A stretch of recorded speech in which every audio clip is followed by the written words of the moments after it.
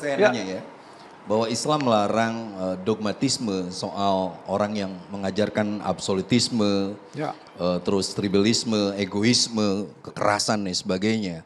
Makanya kita bersyukur akhirnya aparat menangkap Yahya Walloni dan menangkap MKC.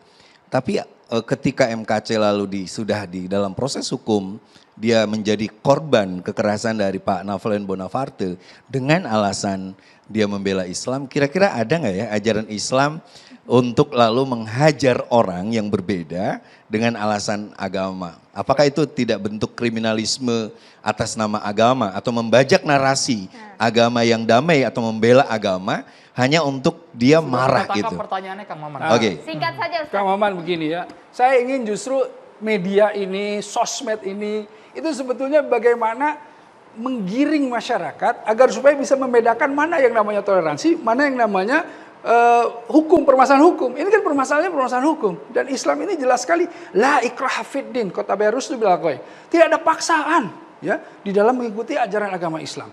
Dan Islam ini kalau kita lihat Rasulullah SAW sendiri, walaupun beliau di Taif itu dahinya berdarah, tetapi malaikat Jibril menawarkan apakah Rasul mau bukit itu dibalikan untuk kemudian menghukum orang-orang yang zalim. Apa kata Rasulullah SAW? Jangan-jangan, wahai malaikat Jibril. Mereka hanya orang-orang yang tidak faham. Suatu hari nanti anak-anak mereka justru yang membela Islam. Kan ini sebetulnya bentuk toleransi, bentuk pemahaman yang betul-betul Islam ini agama yang merangkul semuanya. Dan inilah sebetulnya ya, saya ingin semua nih masyarakat, apalagi tadi Kang Maman tadi ya, kalau misalnya kita lihat bicara 2024 ya, tadi Pak Pius juga bicara 2024. Beginilah, masuk ke 2024, coba bisa nggak kita masuk untuk membangun segala sesuatu zone dengan prasangka-prasangka yang lebih baik. Kita ku anfasikum wa ahlikum naro, artinya dari lingkungan kita yang terkecil kita merangkul untuk tidak kemudian biasa membuli, tidak biasa kemudian merendahkan, tidak biasa untuk black campaign dan lain-lain.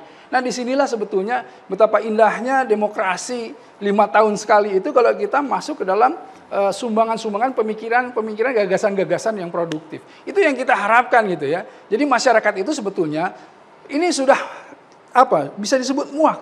Ini sudah basi lah permasalahan-permasalahan bagaimana yang tadi itu misalnya santri dan lain-lain dieksploitisir untuk kepentingan politik kelompok. Ini sebetulnya masyarakat ini sudah muak dengan hal seperti ini.